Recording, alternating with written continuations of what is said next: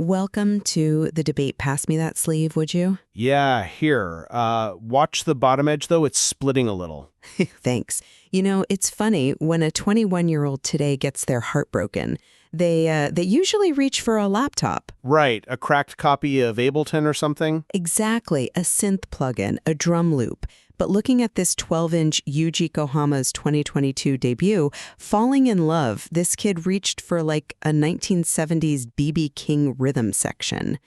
And then he chose to press it in mono. Yeah, the mono choice is, well, it's aggressive for 2022. It is. And we really have to figure out if that's a deliberate structural choice or just, a young guy hiding behind his dad's record collection. It's hard to untangle the two, honestly.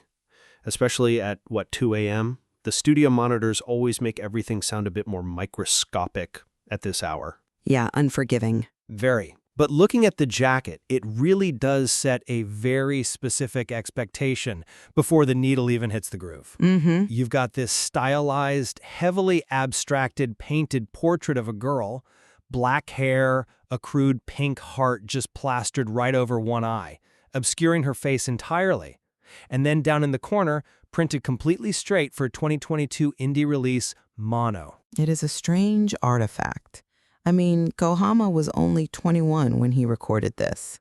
And I think the crux of where we fundamentally diverge tonight is, how to read that execution. Okay, how do you read it then? To me, this is a fascinating, structurally deliberate indie record. Kohama isn't hiding his vintage influences, he's weaponizing them. Weaponizing? That's a strong word for ripping off classic rock. Hear me out. He's treating the entirety of 20th century rock and blues history like an open source library. He's taking these overt homages, lifting specific melodies, pulling exact chord progressions, and using them as a deliberate framing device to process very raw romantic themes. I don't see it as curation. But it is. It's less of a traditional singer-songwriter debut and more of a curator's debut. He's literally arranging his record collection to explain his heartbreak. See, you're giving him way too much credit with that open source library idea. There is a firm line between a thoughtful homage and, frankly, a sheer musical crutch.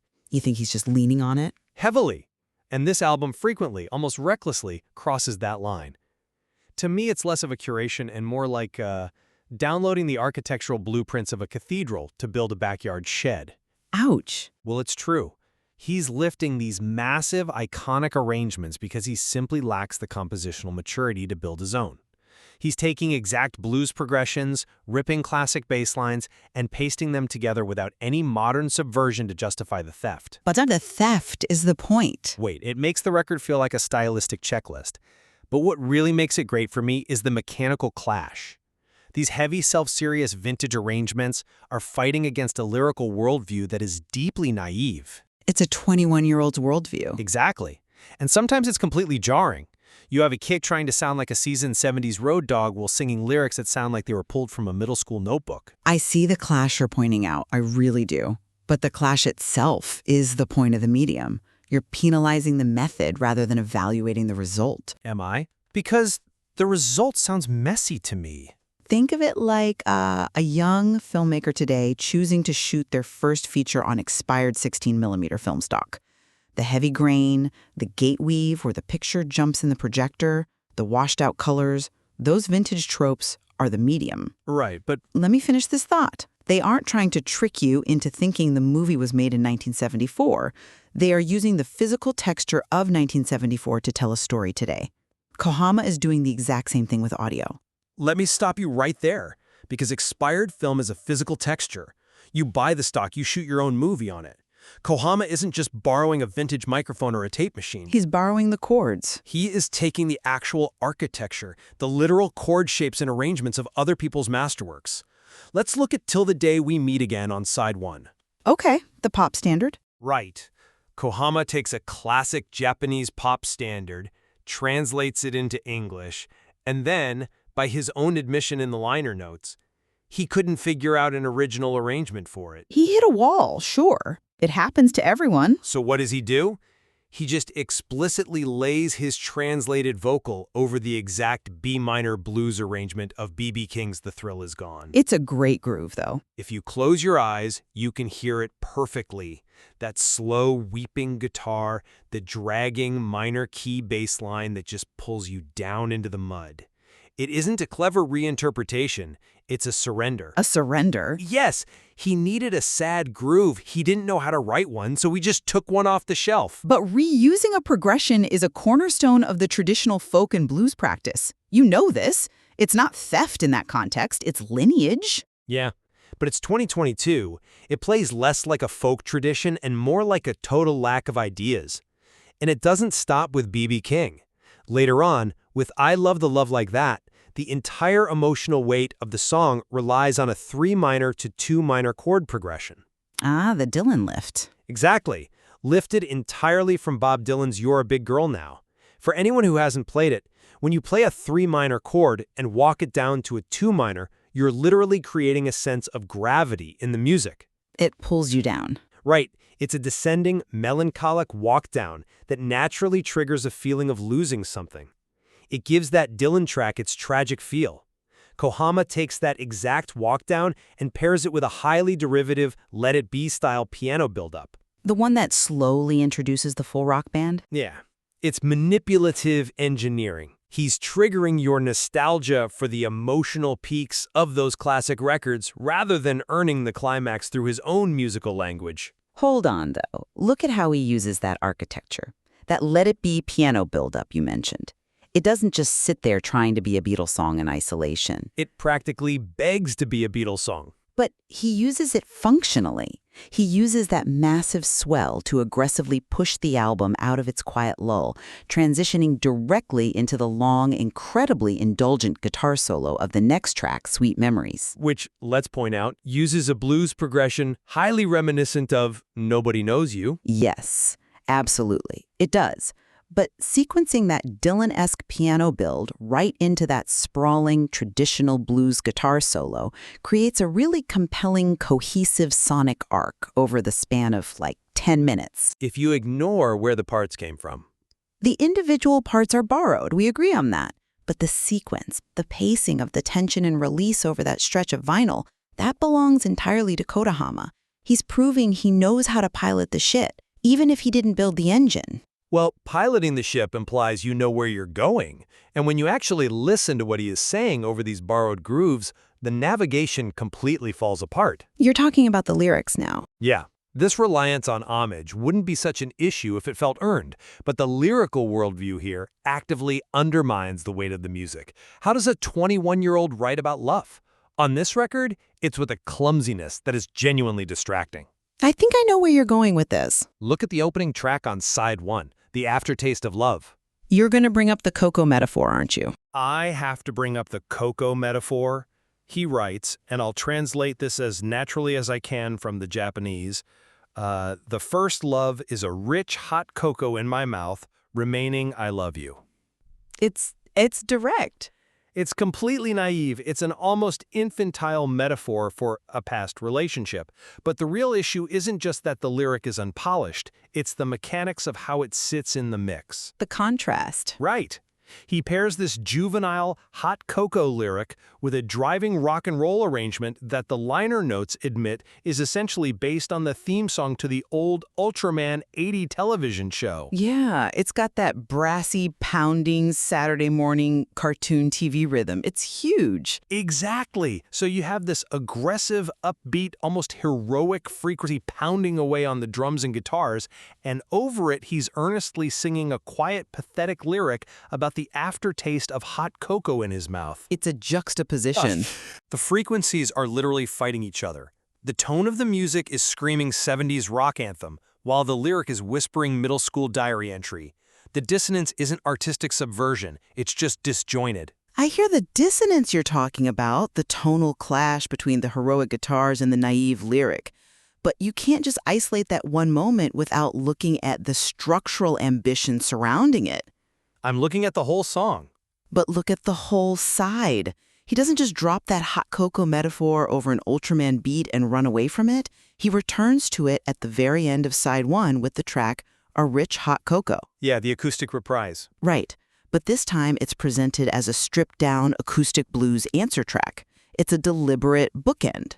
A bookend doesn't automatically make the book itself better written. No, but it shows a deep awareness of form, specifically the vinyl format. By bringing that exact lyric back in a raw, unadorned acoustic setting, he's mechanically reframing the naivete. How so? Well, the first time you hear it, it's buried in that bombastic rock arrangement. It's the loud, confused bravado of youthful heartbreak. You're hiding your feelings behind noise. Okay. Then, when it comes back at the end of the side, stripped of all the production, just a guy and a guitar, it's completely vulnerable. He's using the physical space of side one to map out an emotional come-down before you have to get up and flip the record. That's a neat theory. The lyrics themselves might be clumsy, but the structural maturity required to build an acoustic answer track to your own bombastic opener on your debut record, that's substantial. I think you're confusing structural ambition with just throwing everything at the wall to see what sticks. But even if I grant you that structural awareness, it totally collapses when you look at the actual worldview he's pushing later on. Side two. Yes, especially when things get uncomfortably intimate. Which brings us to side two, specifically track 4, Noko-Itaga. Ah, residual scent? Yes, if we translate that naturally, residual scent. This track is where the album's uncomfortable lyrical worldview really hits a wall for me.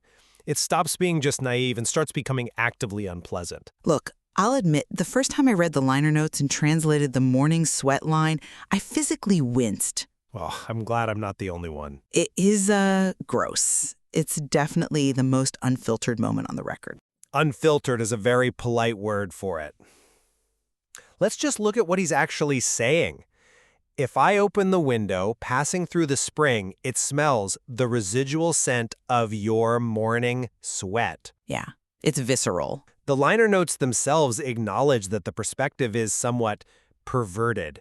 And they aren't wrong. There is this creeping, slightly obsessive worldview dominating the track. It's very fixated. He's talking about the smell of morning sweat, holding on to these intensely intimate, almost invasive sensory details of an ex-partner. But again, let's look at the musical framing, because this is where the pastiche completely fails him. The Beatles, bass line. Yes. He pairs this uncomfortable, obsessive intimacy with a bouncy, tropical, piano-driven arrangement. And the bass line? It's blatantly, undeniably copied from the Beatles' The Word. It is definitely that exact groove. There's no denying that. So we have a bright, tropical Beatles ripoff, underscoring a creeping lyric about smelling an ex's sweat through a window. What is the listener supposed to do with that? It is a messy, off-putting experiment that just leaves you feeling slightly cold. See, I actually argue that this specific, messy discomfort is exactly what makes a 21-year-old's debut interesting. You like the discomfort? It is an honest snapshot. Youthful romantic obsession is creeping. It is slightly uncomfortable and hyper-fixated on strange sensory details like residual scents. If he had polished that lyric in the studio to make it more universally palatable, it would have been dishonest. But the arrangement... And the juxtaposition of that dark, obsessive lyric with the bright, tropical, the word bass line isn't a failure. It's classic pop subversion. He's masking the rot with sugar. But is he doing it intentionally? Or did he just, like the bass line and not know any better? We have to assume intent based on what he demonstrates he can do elsewhere on the record. Because we know he is perfectly capable of playing it straight when he wants to. Where? Look at Living in Love and Growing Old from earlier in the track list. That track is a masterclass in straightforward emulation. He successfully executes a classic McCartney-style 3-part syllogism. Which is a first specific type of songwriting logic. Right. For those who don't spend their nights dissecting pop structure, a syllogism in a love song is basically a logic puzzle. If A is true and B is true, therefore C must be true. It sets up a logical premise of why this specific person is the only one for you. Very McCartney. It's very reminiscent of the structure of Here, There, and Everywhere, and he builds that logic perfectly. He brings in a tight 4-piece brass section. He even tacks on a massive, repetitive Hey Jude-style coda at the end. Yeah, it's a huge ending. Right. He proves right there that he can write, arrange, and execute a structurally sound, highly conventional British rock-style love song. So when he chooses to make a weird, tropical, voyeuristic track like No Kariga later on, it has to be a choice. A deliberate contrast. Exactly. He's showing you the idealized British invasion romance on side 1 and the weird, sweaty reality of a 21-year-old's actual apartment on side 2. That is a very generous reading of his intent. I mean, very generous. But let's look at it from another angle. Have you considered that the heavy reliance on these massive production choices, the brass sections, the vintage Beatles bass lines, is actually just a smokescreen? To hide what? To hide the fact that he doesn't have a distinct sonic identity of his own. Let's look at the album closer, Caught in the Winter Rain. This track really crystallizes my issue with the whole aesthetic wrapper of the album. The closer is a very dense piece of work. It demands a lot of the listener. It doesn't just demand a lot, it's suffocating. You have this heavy, dripping 60s reverb plastered all over the vocal. You have literal thunderstorm sound effects layered into the mix, just rumbling away. Setting a mood. But the core of the song is this jazz rock riff that the liner notes admit was essentially just born from a Michel-style guitar practice habit. It's a technical exercise that he draped in weather effects to make it seem profound. It's atmospheric. It feels incredibly contrived. It reminds me of a first-year film student who shoots their project in black and white, adds a bunch of artificial film grain, and sets the whole thing in the pouring rain just to simulate emotional depth. That's a bit harsh. It's an aesthetic mask. The rain sounds, the heavy reverb, it's all there to cover up the fact that beneath the storm, it's just a guy playing a guitar practice riff. I see the film student analogy, the idea of using weather as a crutch for mood. But I think you're misinterpreting the mechanical function of that production. The experimental atmospheric density of Caught in the Winter Rain is the key to understanding the entire physical object we're holding right now. How does that justify the production, though? Because it perfectly justifies the most baffling decision of this release, pressing a 2022 indie record in mono. Well, doing that in the modern era is almost unheard of, unless it's a gimmick. Exactly. But the closer makes the mechanics of it make sense. Think about what a mono mix actually does to the human ear compared to modern stereo separation. It flattens everything. Yes. In a stereo mix, you have space. You can pan the thunderstorm hard left, put the guitar practice riff on the right, and let the vocal breathe dead center. It gives the listener relief. Right. Mono strips away that luxury. It takes all those frequencies, the rumbling low end of the thunder, the mid-range of the guitar, the high hiss of the rain, and rams them down a single pipe. It's crowded. By taking that Michel-style riff, the thunderstorm effects, the heavy 60s reverb, and forcing it all through a single mono channel, Kohama creates a wall of sound that you cannot escape. It's certainly oppressive. You can't pick the instruments apart. You can't separate the rain from the guitar, from the vocal. You are forced to experience this entire collage of influences, the Dylan chords, the B.B. King grooves, the Beatles bass lines, as one singular claustrophobic block of audio. I'm not sure that's a good thing. It traps the listener in the atmosphere of the record. The mono mix isn't just a retro gimmick. It's the glue holding the pastiche together. Way to compress a muddy mix so you don't have to worry about panning and spatial arrangement in a proper studio. You're so cynical. I'm just being practical. I hear what you're saying about the wall of sound and the claustrophobia of mono, but a wall is still just a barrier. When the needle lifts at the end of that thunderstorm, I don't feel like I've actually heard Yuji Kohama. No? No. I feel like I've heard a very talented cover band playing original songs written by an adolescent. The execution of the pastiche is so relentless, from the Dylan lifts to the McCartney codas, that the actual artist gets completely lost in his own record collection. I disagree. The naive lyrics, the hot cocoa, the morning sweat, they're the only original things here. And they are constantly at war with the heavy, borrowed 70s rock crutches he's leaning on. And I still maintain that the war is the art. It's a fascinating, structurally ambitious artifact. It's an act of deep analog devotion in 2022. Analog devotion? Sure. He's 21, heartbroken, and trying to process his very ordinary, naive feelings through the massive, mythological framework of 20th century rock history. It's disjointed because youth is disjointed. He's using the ghosts of these classic records to haunt his own debut. Well, it's definitely haunted. Whether it's haunted by ghosts or just by the echoes of much better records is, well, where we'll have to leave it. Fair enough. My ears are ringing a bit anyway. Let's slide this back into the sleeve. It is funny, though, coming back to this jacket art in the light of the music we just talked about. Yeah, the girl with the pink heart over her eye. Yeah. You hold this thing, and you have this entirely abstract, almost crude painting on the outside, completely obscuring the face. Right. But then you drop the needle, and inside the grooves, you have a record that is obsessively referential, lifting specific chords and bass lines with almost mathematical devotion. It leaves you wondering, what's the mask and what's the reality?